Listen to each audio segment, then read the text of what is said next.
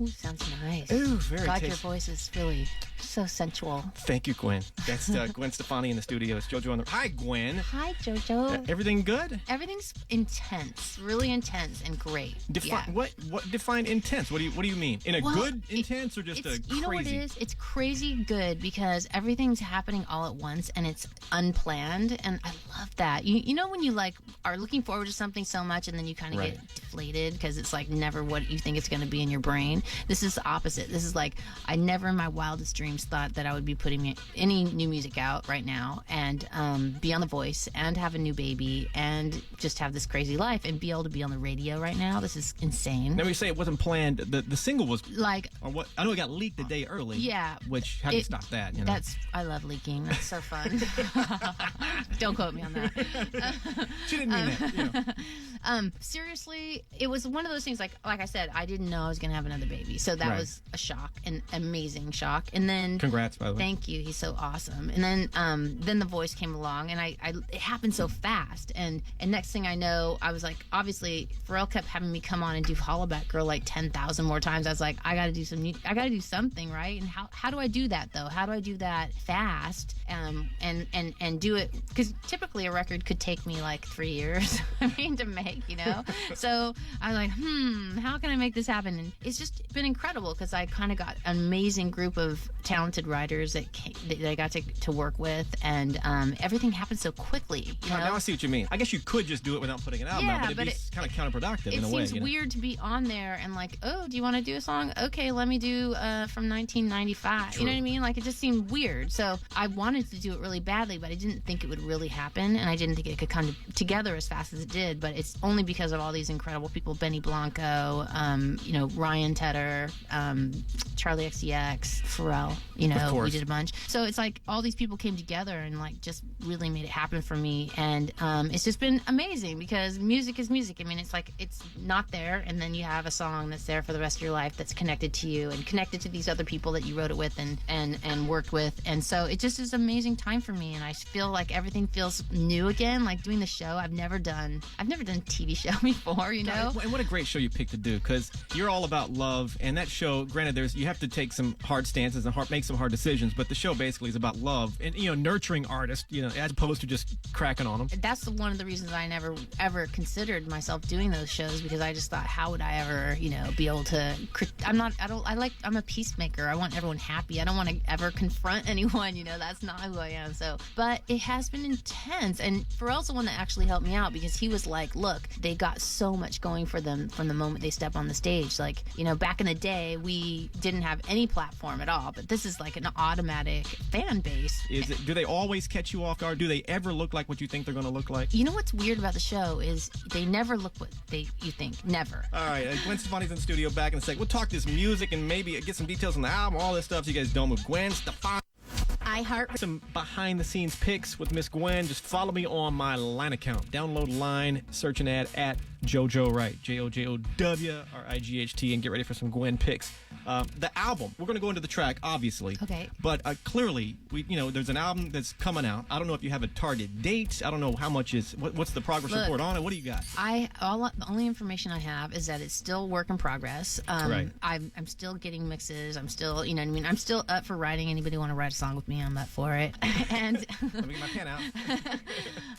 But it's not over till it's over. That's how I say. I mean, Jimmy Iovine always taught me that. He's like, you got to write till the very end, So, but it's really exciting, and it's funny because when you don't have, I never thought I would do another dance record. I thought that was just going to be a phase, because like doing No Doubt, it takes a lot longer. Like there's no way we would have got it done. Like our last record took like 2.5 years or some craziness. Like is that because of why so long on that? I think it's because of me, like because of my schedule and with the kids, and like the real, like that. It just takes long. We're very precious, you know what I mean? And so it takes longer that way. This way, it's like everyone's fighting for to make it happen quick, and like I don't know, it's a different kind of thing. I know you said it's intense, but it also feels like, it seems to me, you feel like this is a rush in a way. Let's do it now. I wanted to do it now, and I wanted to not think about it, and I didn't want to get precious, because we're living in a time where it doesn't have to be anymore. Like I could put Baby Don't Lie out now, and I could put another song out tomorrow if I wanted to, and it would be rad. Like people just put songs songs out. Like, I could go in my kitchen and do an acoustic version of a song and put it up on YouTube tonight. And so it's so exciting, that part of it. And it makes you a little freer, and it made me freer to just be like, whatever comes along my way, be open to it. And that's this whole chapter right now for me. It's just about being open and like just like letting it all come my way, and just being like so grateful because there's so many intensely talented people that I've got to work with, and I feel so blessed that I get to be here right now, and I have a yellow microphone in my face. I'm like, this is really happy. Like, you cannot be free. I think I talked to you previously, and you said it's such a rush to be on the radio and hear the song played. And I couldn't sleep last night. But why? You've done this a couple of times. I could not sleep. Because it's crazy. Like, it never gets old. It never sinks in, like, the weirdness of my life. Like, I literally was from Anaheim and just doing music with my friends. Even that's weird. Like, how did that happen? Like, I was such a girly girl. Like, I was, making clothes and putting makeup on and playing Barbies. And the next thing I know, I'm, like, in a garage with all guys for the rest of my life. Like, what? God, when did that? Like, it's just so, it's not what I thought. I always thought I was going to be a princess or something when I grew up. Oh, my God. I was in a garage with dudes for the rest of my life. Normally that sounds bad, but in this case it turned out great. And by the way, for the record, this is one of those weird moments for me that has never sunk in. Like, I got up today and I knew that, hey, what are you doing today, JoJo? I'm going to talk to Gwen Stefani. And then it just hit me like, what? Do you have Peter Pan on your arm? Yes, here we go. I have a Peter Pan tattoo, That is the Gwen. cutest tattoo. I love that. But it's supposed to be like a manly. Tats are supposed to be studly and manly, but not mine. I mean, I am Peter Pan in a way. Oh my God, you are! I am. I just realized you could totally work at Disneyland. I pretty much could. Matter of fact, I'll line a pic of the tattoo as well. You guys follow me, download the Line app, and search and follow at JoJo Wright, and I'll send pics, of course, of me and Gwen and my Peter Pan tattoo. It was peeking out, and I was like, is that really Peter Pan? Michael Jackson tattoo as well. Oh, wow. I may have a Gwen Stefani tattoo after this interview. Here, let me sign your arm. Oh, God. Baby Don't Lie. Gwen, give me some details on this track before we go into it. This is a song. This is basically one of the first songs that we got done, because it was like, it's the first single. She wrote it like about a half hour ago. And this is with Benny Blanco, who's a complete freak, weirdo guy from the East Coast. He's an interesting character, and it's interesting through my journey that I've met these different people, but I knew when I met him on the phone that we would do something together. I had this feeling, and he never really gave up on me. And so this is him putting me together with Ryan Tedder, who I met with. I met with him actually because I wanted to do something for No Doubt with him, and he's such a cool guy. Like, he's one of those people you meet, and he's just so musical and talented, and I've loved some of the songs that he's written. Did you meet in his studio in Denver? No, he actually came to my house. Oh, nice. One time, and me and Tony met with him. He came with the song, and this is Baby Don't Lie. I don't know what else to say. With music, you just kind of want to listen, right? One of these days you should go to his studio, which I haven't been yet, but he said I need to come see a studio in Denver because it's based off the board game Clue, and there's walls that move, and you push like like you pull a book out and something spins, or that's just maybe down the road, you guys, whatever. Anyway, Gwen Stefani, check it, you guys. Baby Don't Lie. Featuring The Weeknd, Love Me Harder, song number 4. Gwen Stefani, Baby Don't Lie on iTunes now. Go get it, for the love of God. Album, it'll be ready when it's ready. Right, Gwen? Yeah, ready when it's ready, and I'm working on it, and it's been really fun. And I had some amazing magical moments with Pharrell, I have to say. It's crazy. Like, that guy, and I keep saying it, but and it's true, he is Yoda meets Oprah on the show. The guy is Yoda meets Oprah. Yeah, he is literally their baby. I can totally see that, right? He is their baby. And he's intense, like something about him, he's sent to me, I feel like, a gift from God, because the moments that we've had as songwriting together have been so magical, and there's just something that happens that he brings something out of me, and I guess I bring something out of him, that we just inspire each other, and the same thing happened. We wrote the song together called Spark the Fire, and it was this kind of interesting thing where we never had time because we were on The Voice, and he has his whole career going on. He's on tour. I mean, the guy is busier than anyone I've ever met, and we were at The Voice recording the show, and then he came in my trailer and he played me this thing. He's like, I got it. And he played me this beat and he sang this thing over it. And I was like, oh my God, that's it.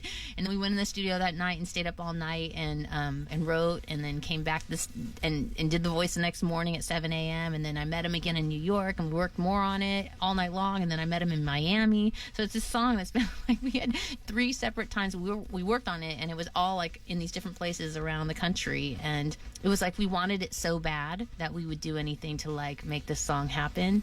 And so that's a song on the record called Spark the Fire. We did a couple of other songs. There's an old song that he played for me when I was in Miami. He's like, do you remember this song called Carousel? And I was like, I do, but I didn't put on my other records so it must have not been good. You know what I mean? So he's like, wait a minute. Whoa. So anyways, he played it for me again, and I loved it. I was like, totally, I don't even know why I don't even have it on, like, at least in my computer somewhere. But so we kind of redid that one, and we did some other songs together. We did a song called Heart Shaped. I don't know exactly what songs are going to be on the album yet. I'm kind of collecting and going to like decide that soon. But it's just been an amazing journey, and I'm just so grateful to everyone that kind of hustled and like made it happen for me. It's like incredible. There it is. When it's ready, it's ready. You guys will get this thing. It's going to be just another epic moment in Gwen Stefani's career and all that. So let's pause. Speed run of questions real quick. Coming up next, you guys don't move. Gwen Stefani is saying iHeartRadio. Once again, follow her on Twitter and Instagram at Gwen Stefani. By the way, I can't spell the word banana without humming Holla You Back gotta Girl. do the song. There you go. My wife has a little, what do you call it, like a little chalkboard in the pantry. It's like, write what you want me to get, or just so we don't forget stuff. I'm like, I have to do that whole thing. And I swear, otherwise I'd have 2 N's in it. You know honestly. what? I swear, I was the worst speller in the world. That's the only thing I ever fought with my mom about when I was a little girl. I'd be, I hate you, and like with spelling, and I am the worst. And honestly, I have to say that sometimes I have this other song called Serious, and it spells out the words, and sometimes on stage I would forget how to spell it. Good God, and that'd it be was awful, so right? terrible. And it was because I was pregnant too, so I was having like baby brain, and I was trying to sing the song, and that song made me nauseous. And anyways, it's a long story, but. That was that. We'll file that under TMI, right, Grant? All right. Hey, speed run of questions, but take your time, of course. I don't know why I call this speed run. One thing you do every day, Gwen Stefani? Brush my teeth. Good answer. Worst time to ask for a selfie, which, by the way, autographs, I assume, are completely dead. It's all about the selfie, right? Oh, selfie is everything. Worst time to ask for a selfie? When the kids are around, but not to be too serious. There it is. But might as well drop that one out. You have a psycho fan encounter. Most of your fans are great, but it's always 1 or 2 nutbags that pop up sometimes. Fun story with a psycho fan encounter? The only thing that just flashes to my mind is like when I was in the bathroom at Disneyland just recently, and then someone's like, "Can I have a picture with you?" I was like, I'm in the bathroom now, but this is like bathroom is like off limits for anything. That would be the second one. Not in a bathroom, not while I'm eating, and not with the kids, but any other time I'm happy to do a selfie with you. Home cooked meal. You can make it home. You're not on tour, not doing a show. You have a day off. What's your go-to? Oh my God, anything that my husband makes me. He is like the most incredible, Is he really? inspired chef, yes. So it's not just his good looks while you married him. He can cook up some serious... He has many talents, and that is one of them. Is he doing pretty good on the show, in your opinion? You like the way he's doing? He did a great job, and he has an amazing new song out. It's called... Let's pump it, yeah. Yeah, it's called The Only Way Out is Through, and I'm really proud of him. It's a really good track. Good job, honey. I love you too. You ever seen a ghost or UFO? Do you believe in either? Yes, I did see a ghost in London in this haunted hotel that we stayed. You know I'm obsessed with this, right? So please tell me. Okay. And we'll make this the final question. Do you really question. want it? It's a long story, though. Okay, this will be the final question. Okay, I can't remember the name of the hotel. We were in London, and I had Zuma with me, and we were in the hotel room, and weird stuff was happening. Like, I was in my bed, and then my bed was like wet, and I didn't wet my bed. Okay, thank God. Like a weird thing happened like on the top of the comforter, and it was just me in there. And anyways, you could see, you feel it, or you could see water settling. Like it was the middle of the night, and I got up, and then I went back to go in the bed, and it was like on the top, and I was like, what? Okay, and no leak from the ceiling. No. Right? All right. And then like other weird stuff was happening. I can't remember the details, and anyways, we find out later that that's in that hotel that it's known to be haunted, and that like this is perfect for October, right? Yeah, no doubt. And my little boy said that he had a nightmare in the night that there was a lady inside the room. And so we were like, Oh my God. And she was behind the curtain. And we were like, oh my God. And he's like, so we were like, so it was real. Like it was, for us, it was real. And it really, like, if you look it up on the brochure, like it's like haunted hotel. And we were staying there. So we don't stay there anymore. You're like information I could have used an hour ago. And they say little kids can see, like little kids are more perceptive to the paranormal or whatever you want to call it. Good God. Dude, if she's behind you, totally believe, like so believing in it. So did you guys leave, like, is that you left on the spot or just finished your stay? You can ask my hairdresser. He'll be like, some blood was left on my pillow. And like, it started getting like out of control. Like everybody had a story. And oh my God. Gwen, I love you. Thank you. Thank you. Baby Don't Lie. Happy Halloween. Yeah, happy Halloween to you too. Now I'm freaked out.